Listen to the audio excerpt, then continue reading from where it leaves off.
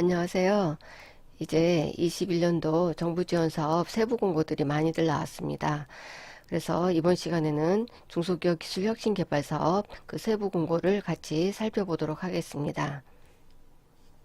이전에 저도 이 기술 혁신 개발 사업은 한 4번 정도 신청을 해서 지원을 받았던 걸로 기억을 합니다. 그럼 이 중소기업 기술 혁신 개발 사업이 어떤 것인지 알아보시고 나하고 그 자격 요건이 맞으면 여러분들이 꼭 신청을 했으면 합니다. 1월 26일 공고가 났습니다. 그래서 저는 먼저 공고문을 보는 법을 좀 먼저 설명을 드릴까 합니다. 물론 첫 페이지부터 보는 것도 방법이긴 하겠으나 저는 항상 먼저 이런 순으로 먼저 보라고 알려드립니다. 먼저 신청 기간 및 신청 방법. 내가 이미 공고를 봤을 때는 대체로 그 좀 공고가 난지 좀 시간이 지난 뒤에 보게 됩니다. 따라서 그 신청 기간 안에 있는지 이미 지나갔으면 공고문을 검토할 필요가 없는 거죠. 그래서 신청 기간을 먼저 보라고 이야기를 합니다. 그 다음에 두 번째로는 지원 내용이 어떤가 부분 중에서 특히 사업 목적에 대해서 저는 먼저 보라고 합니다. 즉 내가 신청하려고 하는 아이템이나 그 연구 개발 내용이 이 사업 목적과 부합하지 않으면 이거 역시 검토할 필요가 없는 거죠. 그래서 신청 기간, 그 다음에 사업 목적. 물론 사업 목적을 먼저 보셔도 되겠지만 그래도 신청 기간 내 안에서 우리가 검토해야 되기 때문에 신청 기간을 먼저 보는 게 옳다고 봅니다. 다음에는 이제 신청 자격. 이것도 마찬가지로 다 기껏 다 검토를 했는데 자격이 안 맞을 때가 되게 많이 있습니다. 그래서 이거는 물론 그 과제마다도 그 신청 자격이 다 다릅니다. 그래서 꼭 이 신청 자격이 내가 맞는지 아닌지를 꼭 검토하시고 만약에 신청 자격에 맞지 않는다면은 그 신청 자격에 맞도록 그 사항을 검토할 필요가 있습니다. 그래서 신경 자격 안에는 공통 자격, 그 다음에 세부 과제별 자격, 그 다음 신청 자격의 검토 확인, 신청 제한 및 지원 제외 사항, 이 부분에 대해서는 자세히 살펴볼 필요가 있습니다. 물론 이 부분에 대해서는 각자 나름의 중요하다고 생각하는 부분이 다를 수 있습니다. 그러나 제가 그동안 컨설팅한 그 사례로 봐서는 이런 순서로 하는 게 여러분들 다들 바쁘신데 시간을 절약할 수 있지 않을까 생각을 합니다. 그래서 그런 차원에서 말씀드리는 것이니 각자 자기의 조건에 맞춰서 검토를 하시면 되겠습니다. 이런 것을 말씀드리는 이유는 정부 지원 사업 종류도 되게 많고 또 우리 모두 다 바쁘잖아요. 그래서 좀 더 효율적으로 공고문을 보는 방법을 좀 알려드리는 차원에서 말씀을 드렸습니다. 두 번째로 말씀드릴 사항은 꼭 그 공고문이 나면 그것을 이제 주관하는 그런 사이트에 꼭 들어가 보라고 말씀을 드리고 싶습니다. 그리고 보통은 이제 로그인을 해야 이렇게 첨부 파일들을 볼 수가 있습니다. 그렇기 때문에 이제 공고문이 나오면 그거와 관련되는 그 온라인 사이트들을 모두 꼭 들어가서 보시길 바랍니다. 그래서 이 기술혁신 개발 사업 같은 경우에는 smtech.go.kr에 들어가시면 공고 나온 걸 볼 수가 있고, 이 사이트는 우리가 공고문을 볼 수도 있는 사이트지만 앞서 설명드린 것과 같이 이런 지원 사업들을 신청하는 그런 온라인 사이트입니다. 그래서 꼭 여기 들어가서 보시고 또 회원가입도 하시고 그렇게 하는 게 좋겠습니다. 같이 들어가서 보도록 하겠습니다. 그럼 smtech.go.kr이 되겠습니다. 그 앞에 횟수에서 초기에 smtech.go.kr 들어가서 보는 법도 한번 설명한 바 있습니다. 그래서 오늘 또 같이 보면 일단 과제 신청을 할 수 있는 사이트라는 걸 볼 수가 있고요. 과제 평가도 할 수 있는 사이트고 우리가 아직은 이 단계는 아니기 때문에 정보마당의 R&D 사업 공고를 보도록 하겠습니다. 자, R&D 사업 공고가 이제 공고 난 것을 전체적으로 볼 수가 있는데요. 두 가지 타입이 있어요. 이렇게 목록 리스트별로 볼 수 있는 이 페이지가 있고요. 그 다음에 표로 볼 수 있는 페이지가 있습니다. 그래서 어떤 걸로 보셔도 상관은 없는데 저 같은 경우에는 표로 보는 게 조금 더 전 편한 것 같더라고요. 그래서 표로 보는 걸 보도록 하겠습니다. 그래서 이미 공고가 났으면 이렇게 그 폴더 표시로 해가지고 쫙 나와 있고요. 아직 공고가 나지 않았으면은 아직 없고 이렇습니다. 자, 그래서 지금 기술혁신개발사업 먼저 설명을 하기로 했어요. 그 기술혁신개발사업 같은 경우 보면은 여기서부터 하나, 둘, 셋, 넷, 5개.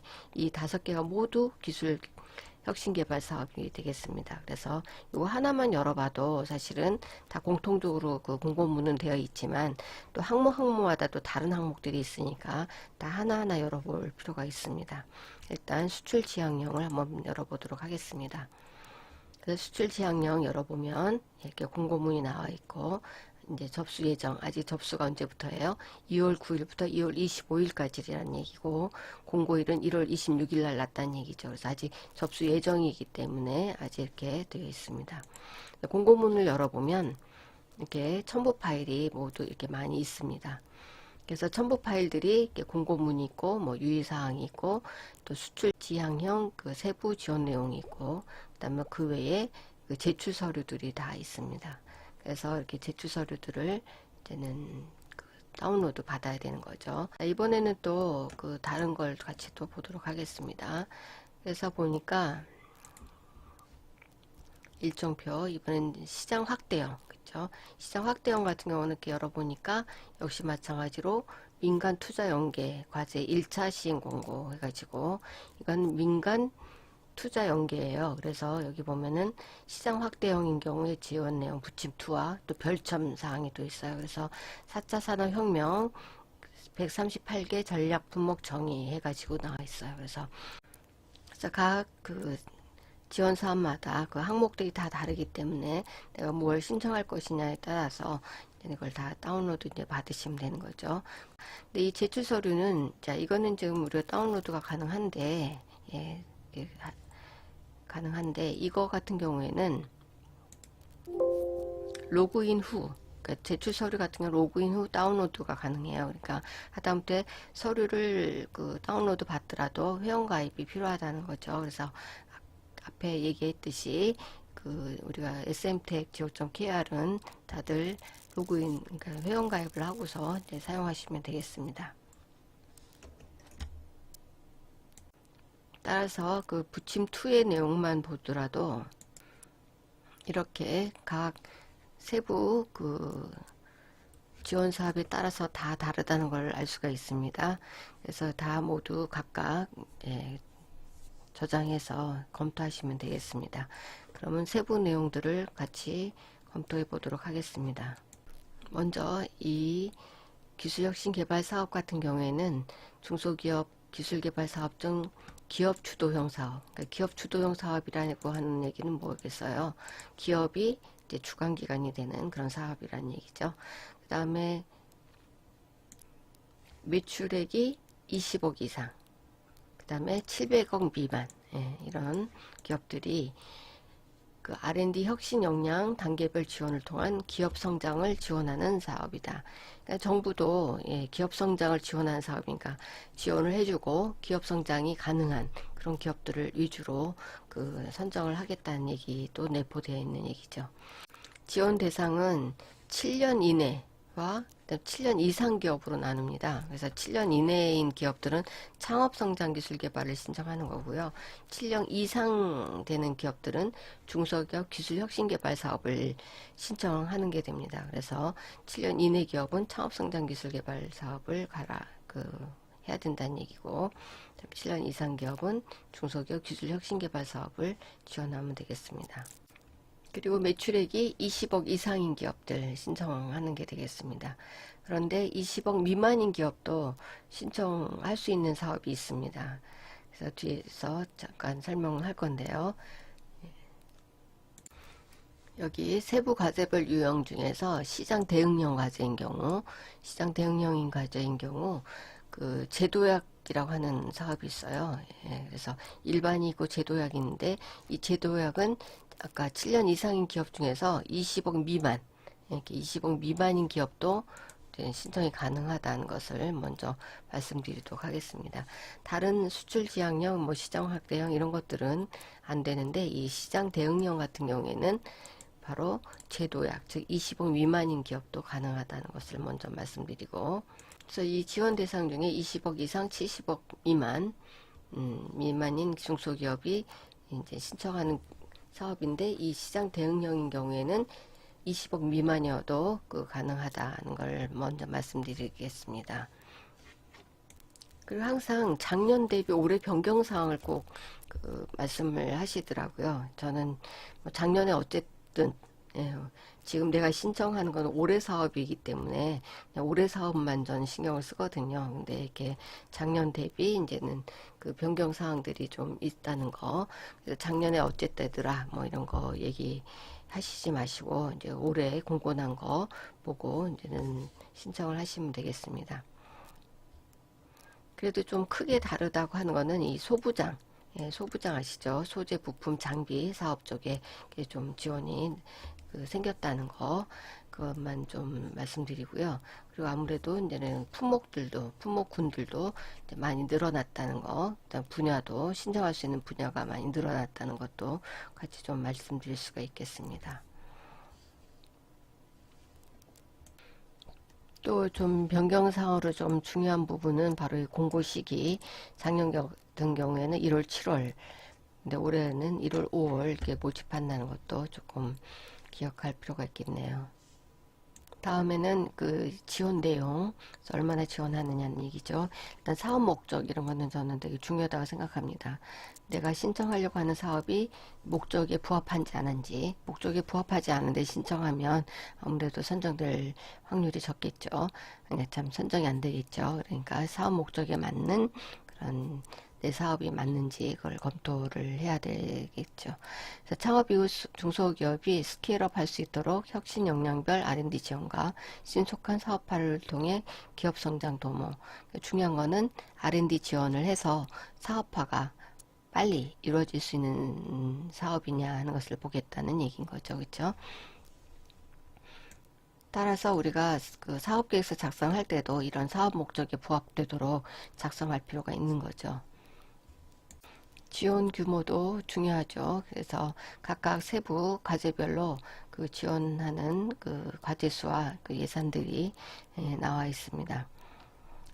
아무래도 수출 지원형은 이제 10개 기업이니까 그 예산은 30억 원, 그러니까 3억씩 이렇게 한다고 그 계산하는 법도 지난번 설명 때 같이 봤었고요. 그다음에 과제 수가 그래도 좀 많은 게 좀 우리가 신청하는 기업 입장에서는 좀 유리할 테니까. 그래서 이 경우에 보면 한 77개, 15개, 40개 이렇습니다. 그래서 그 숫자적으로 보면 1, 2차 합해서 165개예요. 그러니까는 이 많은 중소기업들 중에 만약 내가 그 시장 확대형의 뭐 빅3 아니면 비대면을 하겠다 그러면은 뭐 이거 다 합해서 77개니까 이게 만만하지 않은 그런 사업들입니다.